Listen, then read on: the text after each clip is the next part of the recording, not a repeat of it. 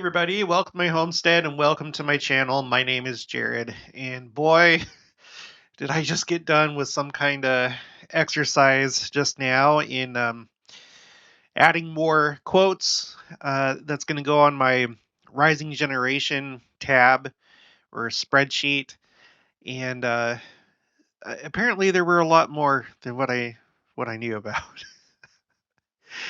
Some of you sent me a few, and they're awesome.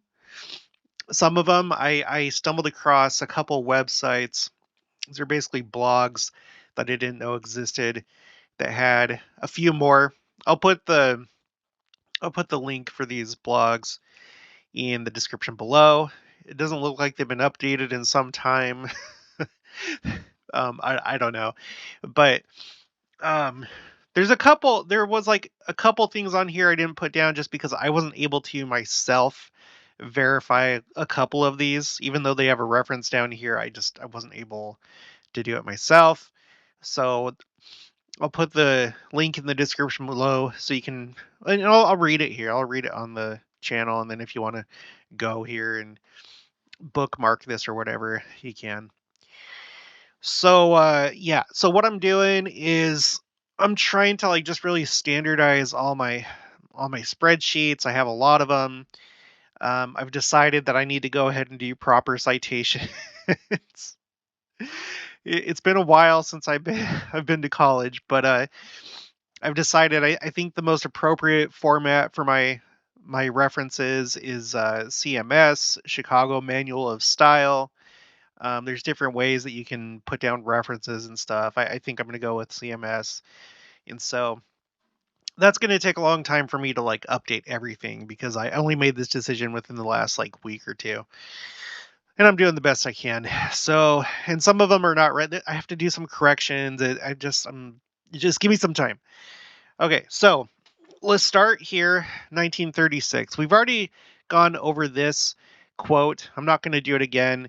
This is from Joseph Fielding Smith. But what somebody had pointed out, I accidentally had this listed under 1956, and he actually said it in 1936. Joseph Fielding Smith, and he put that in the book. This right here. This is not me inserting anything. This is from Doctrines of Salvation. He put that. So um, I better put the day to April, the 5 April. Okay. All right. So I corrected that in case you were wondering.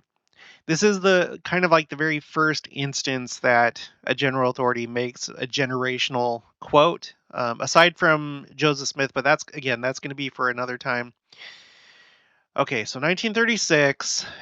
Let's go ahead and move forward in time. As you can see, nothing really happens until we have this 1967. Hugh B. Brown, the user or subscriber Giant Universe made me aware of this. He was the first counselor in the first presidency, and this is what he said in General Conference. Pop this out. I see thousands of young men here, and I know there are other thousands listening, and I would like to say, you young men, that those of us who are growing older will pass on. We must pass the torch to you. You must have the faith to hold it high. You have the authority and will have greater priesthood than you have now.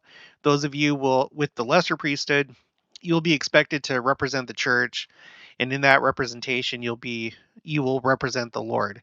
I hope that no man under the sound of our voices here tonight will allow himself to be tempted to do anything that would cause him to blush if it were known by those he loves the most.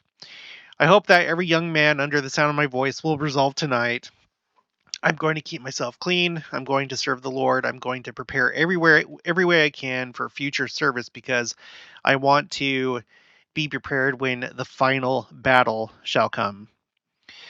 And some of you young men are going to engage in that battle. Some of you are going to engage in the final testing time. This is coming, and which is closer to us than we know. Okay, so 1967. He's basically talking to the Aaronic priesthood. So these would be, young men, teenagers, okay, in 1967. So that's the generation, and so these would be baby boomers. Okay, this would solidly be baby boomers. Okay, so there's that, and that's pretty incredible. Thanks again, Giant Universe, for passing that along to me. I gave him credit, well, him or her, I'm not sure, in column G. All right, let's move on to the next one. 1970. This is President of the Quorum of the 12 Apostles, Harold B. Lee, before he becomes president of the church. This is in a book called Youth in the Church. Okay. He says, "You, our youth of today, are among the most illustrious spirits to be born in immortality in any age of the world. Yours is a noble heritage and a wonderful opportunity." All right. Moving on, 1973. Now, president of the church, Harold B. Lee. And I actually I have two here because so it was Peggy Shadell or Shaddle. I'm not sure how it's pronounced. I'm sorry, but thank you, Peggy. That made me aware of this. Um, so this is from like a card that was sent out to the youth, and then I found a reference online where it was quoted during a BYU devotional by O. Leslie Stone.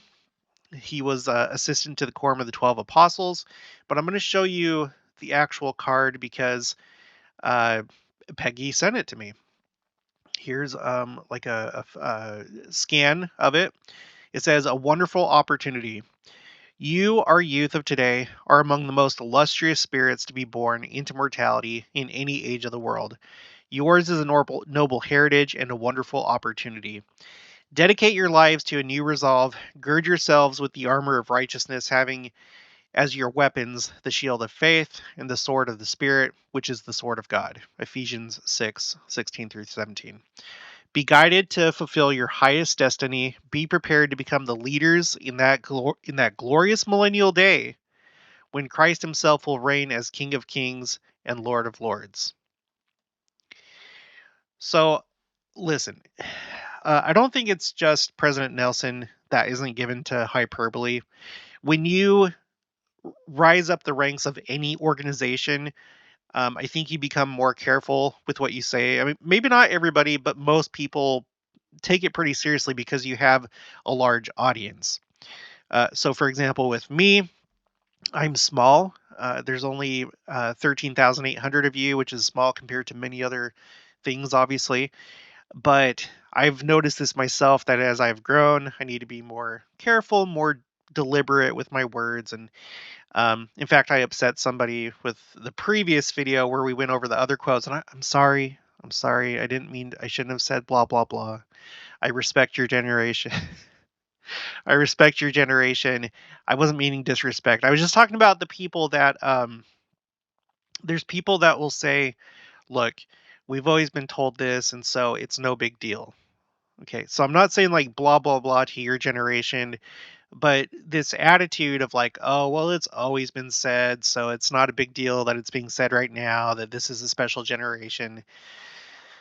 Uh, I don't think that's true. I don't think that's true because I'm mapping it, I'm charting it, I'm chronicling it. You know, this has not always been said. And yes, at this point, you as a baby boomer, you're up there in age now. You've probably heard it many, many times, but it has not been said really before your time. If it has, if you're aware of it, send me the reference, and I'll add it to my spreadsheet. So something seems to be happening now, like definitely by now, but it kind of started happening like in the 60s, 70s primarily. Okay. I think that we can pinpoint that uh, as we look at the big picture, which we'll do a little bit later in the video. So, anyway, and just the fact, like, to me, it's like, if you're saying, yeah, I was told that when I was a kid, well, it's pretty obvious that that prophecy is probably still good until you die, you know? Till you die, but you're still alive and I'm here. Okay, sorry, that was Alanis Morissette, filthy woman. Okay, So anyway, I would assume that if it was told to you when you were young, that's probably still good until you die or until your generation passes away. So that's just something to keep in mind. Okay, so thank you, Peggy, for sending this. I had no idea that he sent this out. It's pretty neat, and it looks like she's saved it all these years, or at least made a copy of it, and has the copy at the very least. Okay, so but you can verify that again with this BYU devotional by O. Leslie Stone. The reference is right here. Okay, let's move on.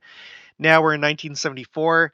Now this is Russell Nelson. At this point, he's president of the Sunday School General Presidency. Okay, or he's the Sunday School General President. I'll say it that way. So May 14th, 1974. This was provided to me by Green Tree. Okay, and this was also a BYU devotional. Okay, so he says, our duty is to raise up a generation of men and women worthy to receive the coming of the Lord. Okay, so he's talking about him, the current general authorities, the leaders of the church, um, parents included, I would assume. Okay, for he will come to Jackson County, Missouri, to be sustained as King of Kings, and he will come also to Israel to be hailed as Lord of Lords. When his millennial reign, then his millennial reign will be ushered in. You young, strong, faithful men and women will bear the burden of the kingdom of God upon the earth as these last days, or as these days of destiny come. All right. That's kind of amazing. That's kind of amazing. And by the way, he mentioned Jackson County, Missouri. There's been some debate as to whether the center place has been changed. Is it now Salt Lake City? Is that what it's going to be in the millennium? I don't think so. It's going to take me some time to compile different quotes and stuff like that. But if you go to this tab, topics A through Z, I already have one for New Jerusalem, which is more like generic quotes, but I'm doing another one that's specifies this question: New Jerusalem, will the center place be in Salt Lake City or Independence? Meaning Independence, Missouri. In fact, I better just for like new people, like if you're new to the church, Independence, Missouri. Okay. So, based on this quote, it seems that President Nelson, and I'm sure he still has this in mind, that the center place will in fact be Jackson County, Missouri. So, and that's the camp that I'm in, and it's based off of my entire time doing this YouTube channel. I've seen just time and time and time and time and time again, multiple people, multiple leaders talking about Jackson County, Missouri. So I think that that's still the case. Okay, back to the Rising Generation tab. So thank you, Green Tree, for that. That's a really neat quote. Okay, move forward a couple years. We've already read those ones. By the way, if you missed my last video, that's where you can go over these ones. Okay, I've already read those in that previous video. Okay, the 3rd of October, 1987. This is Vaughn J. Featherstone of the famous uh, Featherstone letter. And when we've read that portion of it, that would be applicable to this tab.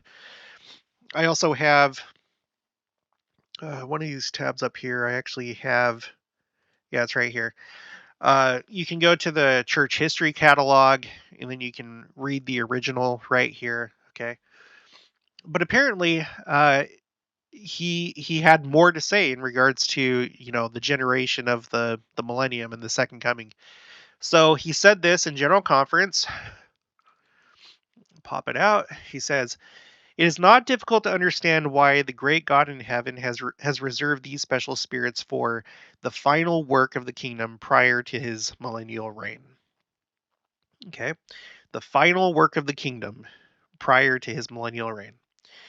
My heart, like Enoch's, and it's important that he says Enoch because Enoch was before the flood, and a lot of times we're compared to Enoch and his city. We're actually supposed to become a people of the same level of righteousness as Enoch and become Zion and then join with them.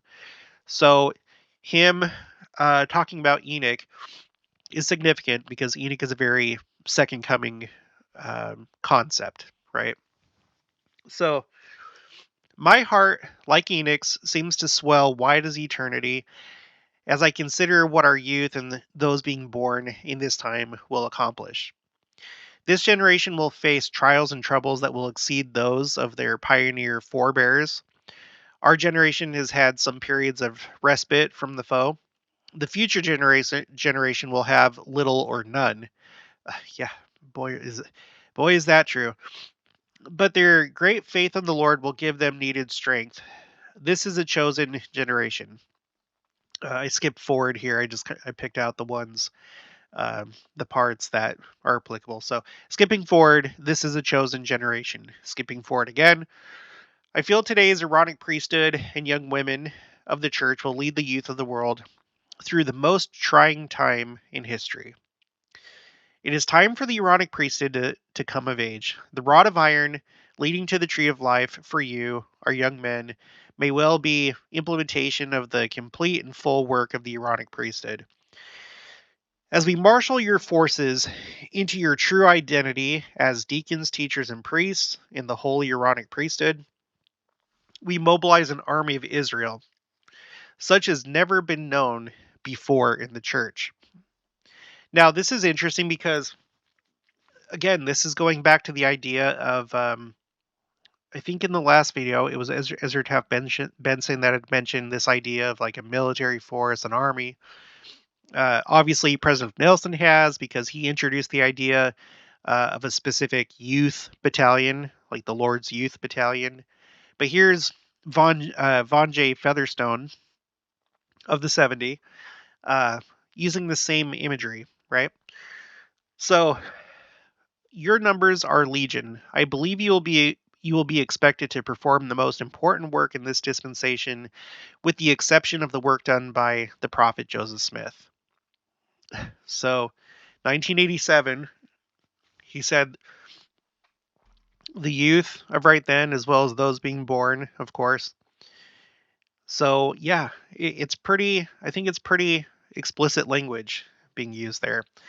And the thing about it is that the letter that he wrote for the time capsule, that was back here in 1983.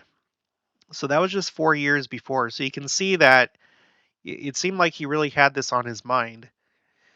Um, okay, 1989, from the Quorum of the 12, Boyd K. Packer. This is before he became president of the Quorum of the 12. He says, "It is my conviction that your generation is better and stronger than was ours. Better in many ways. I have faith that you young men and young women can meet the world on its own terms and conquer it." Okay, 1992. At this time, he is first counselor in the first presidency, Gordon B. Hinckley. April General Conference, 1992. I have great confidence in our young people as a whole. I regard you. Oh, sorry, I better pull this out. I regard you as the finest generation in the history of the church. I compliment you, and I have in my heart a great feeling of love and respect and appreciation for you. Each time I have stood before such a group, there has come into my mind the great and prophetic statement made by Peter of old. Said he, "Ye are a chosen generation, a royal priesthood, and holy nation, a peculiar people, that ye should shew forth the praises of him who hath called you out of darkness into this marvelous light." First Peter chapter 2, verse 9. And then later on in the talk, he says, "And so I might continue with a picture familiar to all of you, but I return to Peter's great statement as I make a plea and offer a challenge.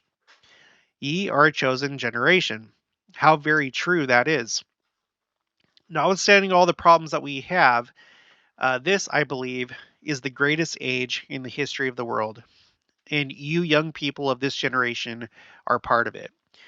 You are the beneficiaries of it. Its fruits are here to bless your lives if you will grasp them and live worthy of them. So at this point, I guess you could say he's mostly talking to Generation X, as well as, well, let me think.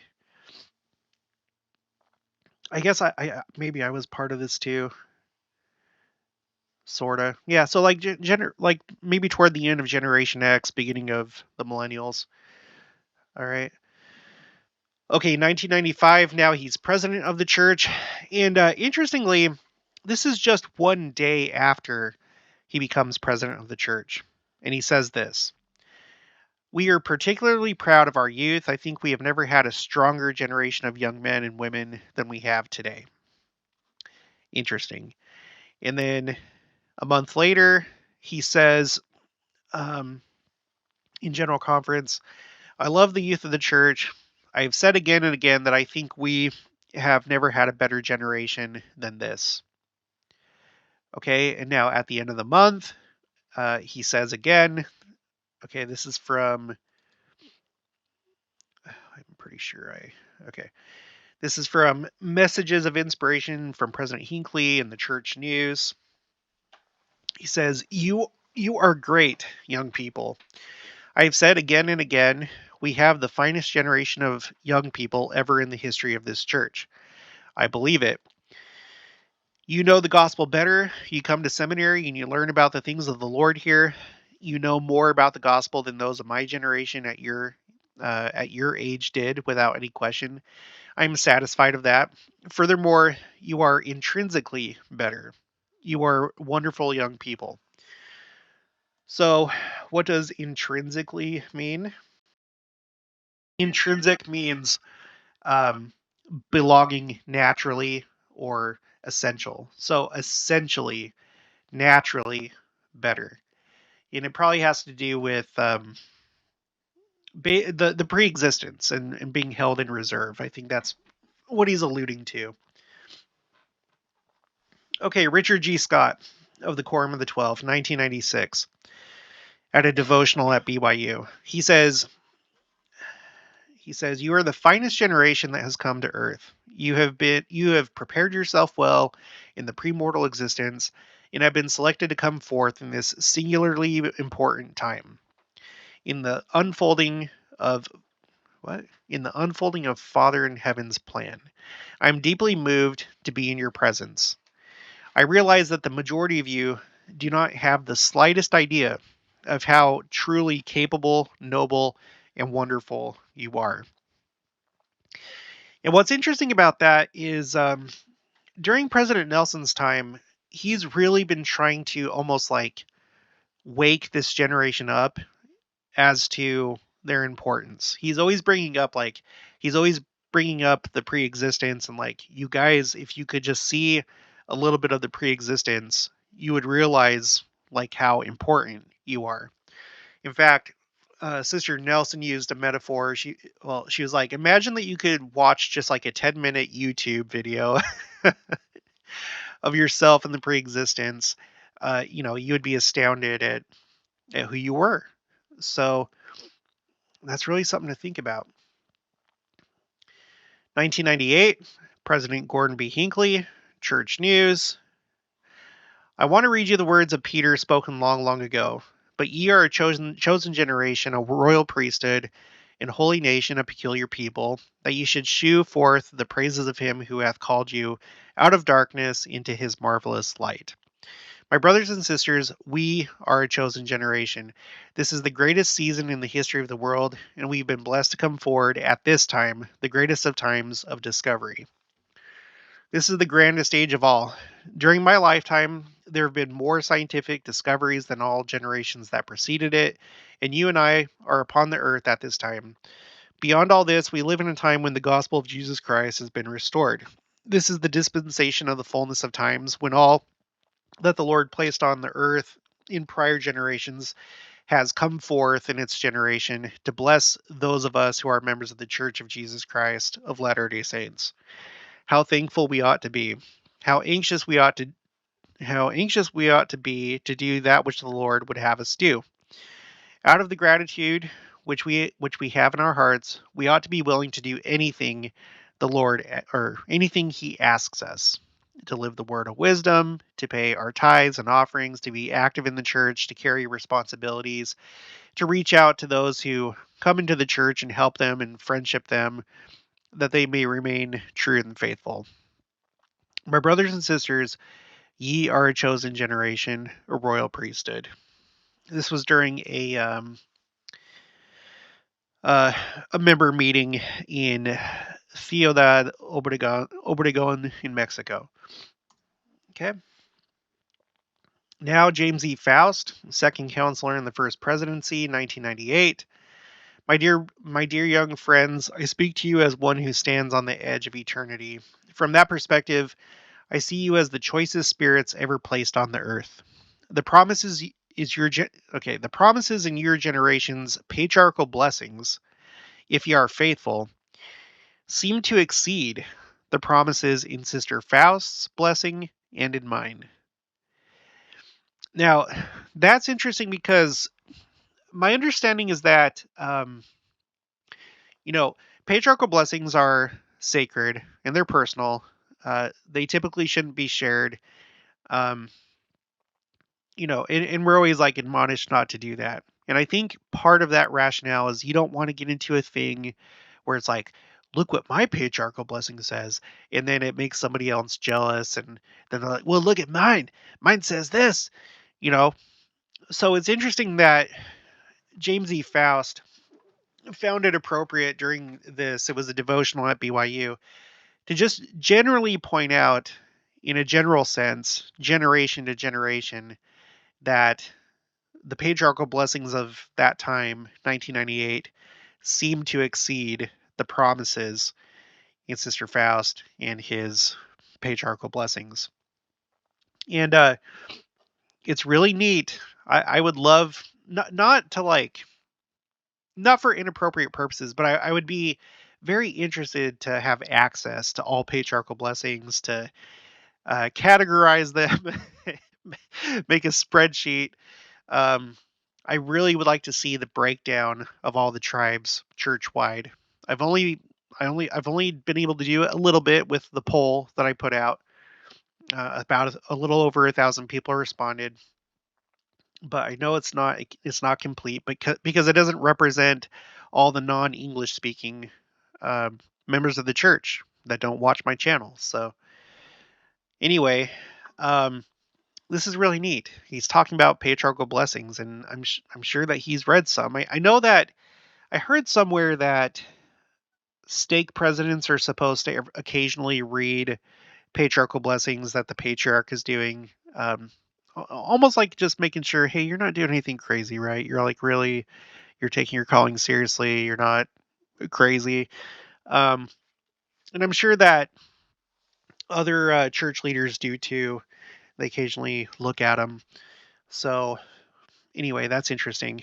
Okay, the next year, October 1999, Elder Joseph B. Worthling of oh my gosh, Elder Joseph B. Worthling of the Quorum of the 12 in General Conference says, "My wonderful young brothers in the gospel, I love you and have great respect for you. You've been told often, and I will say it again, you are a chosen generation. You've been raised up by the Lord to carry his church and kingdom into the 21st century. You've been chosen by the Lord to come forth on the earth when wickedness and evil are very powerful. But you are up to the challenge.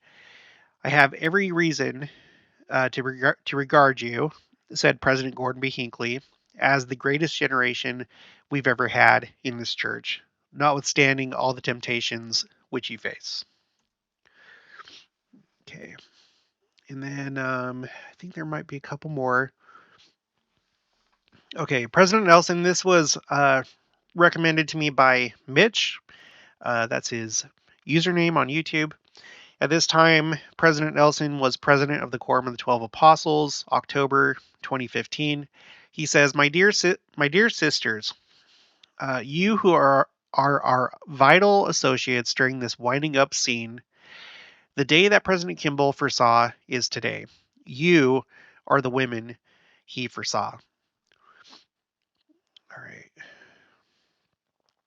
And then Heavy T 75 recommended this one. This is President Nelson, April General Conference 2020. We live in the day that our forefathers have awaited with anxious expectation. We have front row seats to witness live what the prophet Nephi saw only in vision, that the power of the Lamb of God would descend upon the covenant people of the Lord, who were scattered upon all the face of the earth, and they were armed with righteousness and with the power of God in great glory. You, my brothers and sisters, are among those men, women, and children whom Nephi saw. Think of that. Okay. All right. And then that's it. That's all. That's it for all the new ones. Now, let's zoom out and let's look at the big picture. So, you can see there's kind of like a big space right here between 1999 and 2015. And well, that actually matches up pretty good with the phrase tracker. If you're new to the channel, I've been able to take a tally of all General Conference talks from present all the way back to 1942 that mention these words and phrases. Okay, so for example, hastening right here. Let's zoom in. Hastening, that's been used a lot, relatively speaking, since 2013. So as hasten, then you go back and there's a big pause, nothing really said. And then it starts back up in 1993 and going back. Okay. So I've noticed a general pattern that things that have to do with the second coming, it always seems like things pick up, usually more like 2016, 2017. Okay. And then you go back in time, and the 2000s and the early 2010s are generally quiet. Not a whole lot is being said. And then in the late 60s, the 70s, and the early 80s, you have another big spike of second coming language and talk. So the biggest times in the church since 1942, talking about the second coming, is basically the 70s, and then the last, whatever, like 7 years or something like that. Okay. I have a playlist that goes over, sorry, that goes over all these terms. You kind of have to look at them one by one. Okay. But going back to the rising generation, this follows basically the same pattern. Here's the big um, quiet period or silence, not much talking about a chosen generation or the rising generation. And then it gets pretty loud right here, pretty frequent in the late 90s. And then the other time where it's really loud and there's a lot is actually primarily, it's in the 70s and then primarily in the 80s. Okay. So, I guess we can't say for sure why that is, but I would have to assume that something happened. Either some kind of revelation was received by the prophet. Maybe it was received over time. Um, but something happened, probably starting right here with 1967. And then it kind of, we have a few more mentions right here. And then it really, really takes off in the 80s. Okay. So, so what's going on? What's going on with this? Well, I've said this before, and I'll say it again. When we look at these two things, when we look at the LDS Visitor Center in Independence, Missouri, this center, I better pull it up. Let's see. Interpreter Foundation, history of the temple lot. These guys have done a pretty comprehensive article about the area of the temple lot, the visitor center, and the visitor center. Okay, I'm just going to do a quick little recap. They built the visitor center because they weren't doing anything with the land. The church wasn't doing anything with the land, and they were worried that the city would use eminent domain and take it by force because they can do that. Well, so they decided to develop it. They built a visitor center. Here it is right here. And from the diary of Alvin R. Dyer, who had a special charge over the lands in Missouri, him and the architect got together with President David O. McKay, and he says here in his diary, we reported to the president that our study in this direction was okay, that our study in this direction was to undertake, if we could, to ascertain which of the temple buildings designated would presumably be located on that part of the temple land that the church owned. This we had arrived at and would be concentrated upon for the erection of a building for the purpose intended, the basic structure of which would be used at a future date as part of the temple complex. You understand what he's saying here? The original plan for the center place was to have a 24 temple complex. Here it is right here. Okay, here's a diagram. I think this is the expanded one. I'm not sure. There were actually two. These are what the temples would have looked like. Very similar to the Kirtland Temple. I think there's another one. Maybe not. I could have sworn. Okay, whatever. So these two blocks right here, each block would have had 12 temples, okay, in a grid pattern. 12 for the Aaronic priesthood, 12 for the Melchizedek priesthood, all of them with different purposes, not the traditional temples that we use right now. Temples with different purposes. So they built, if I could find it again, okay, they built this to be able to be converted in the future into a temple. This is a temple in waiting, and not just any temple. One of the temples of the 24 temple complex for New Jerusalem, the center place, one of the two world capitals.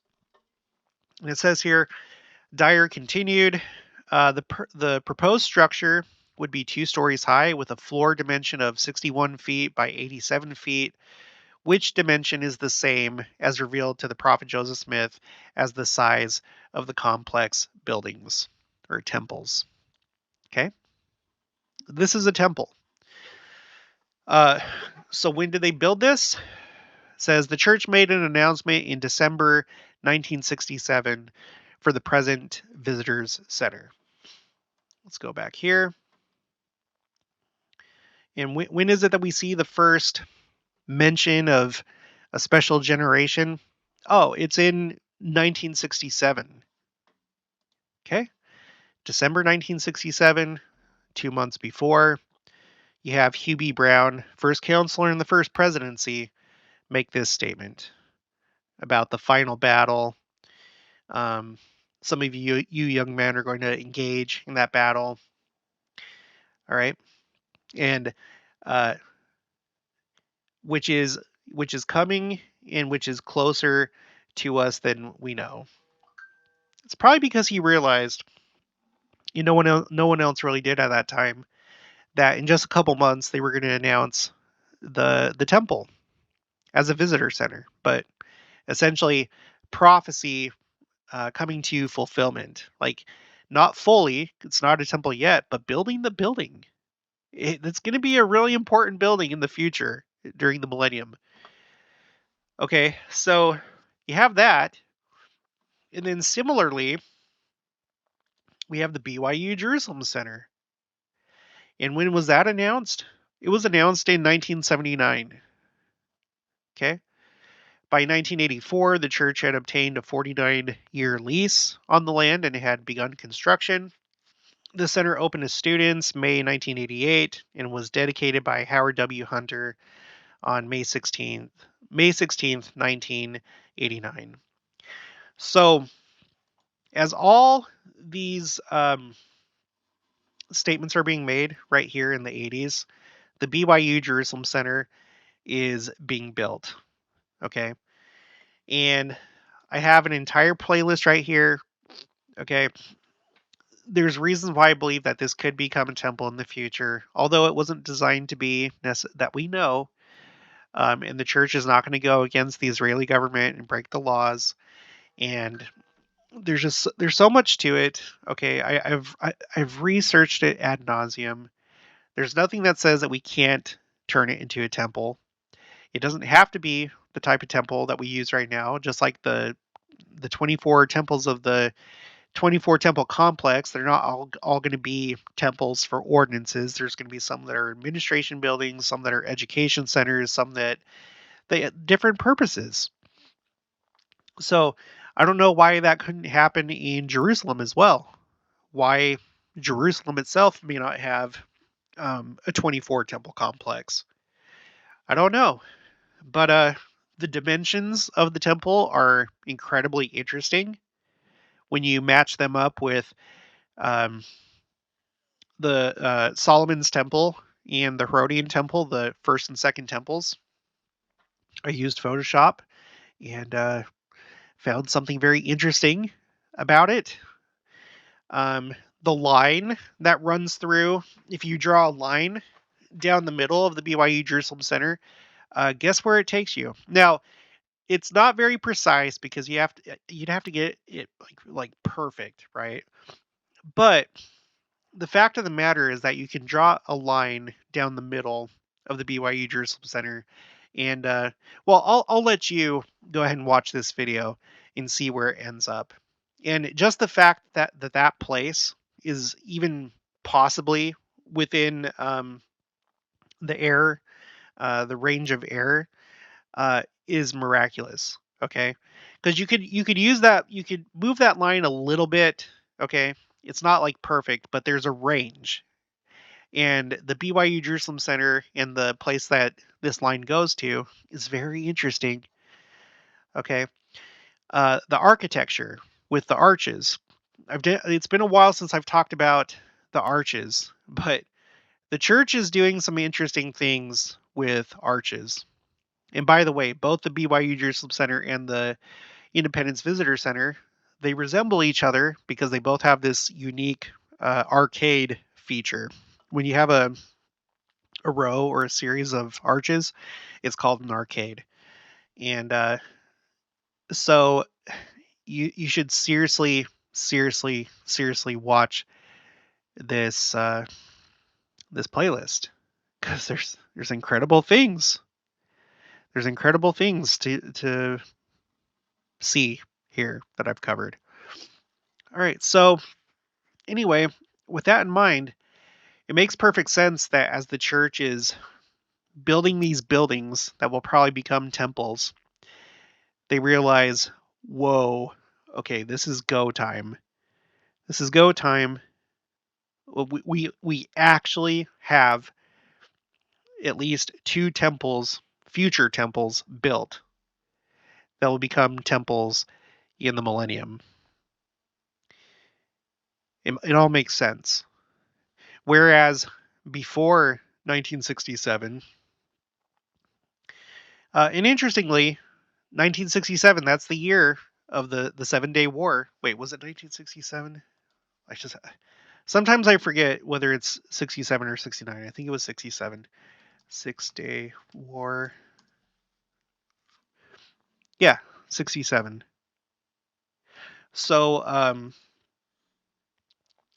at the same time that the Independence Visitor Center is announced, and on the other side of the world, Israel takes Jerusalem, which was prophetically important, right? That paved the way for what's going to happen in the future, including building the BYU Jerusalem Center. So, and you go before this time, there's basically nothing except for just this little mention by Joseph Fielding Smith in 1936. And there might be a couple others. Like I said, there's a couple interesting statements by Joseph Smith himself. So I'll try and find that and we'll do a video about that. But you can see stuff really takes off in 1967. And it kind of takes a little while to get going, but then it really gets going. It really, really gets going. Okay, so that's all I got for this one. Hope you enjoyed it. I'll put all the links in the description below, like I usually do. And you can visit this spreadsheet anytime. You can't change anything on it, but you can view it. The link is in the description below. You have all these people looking at it right now. We got 1, 2, 3, 4, 5 plus 5. So there's 10 people that are looking at this right now as I'm making this video.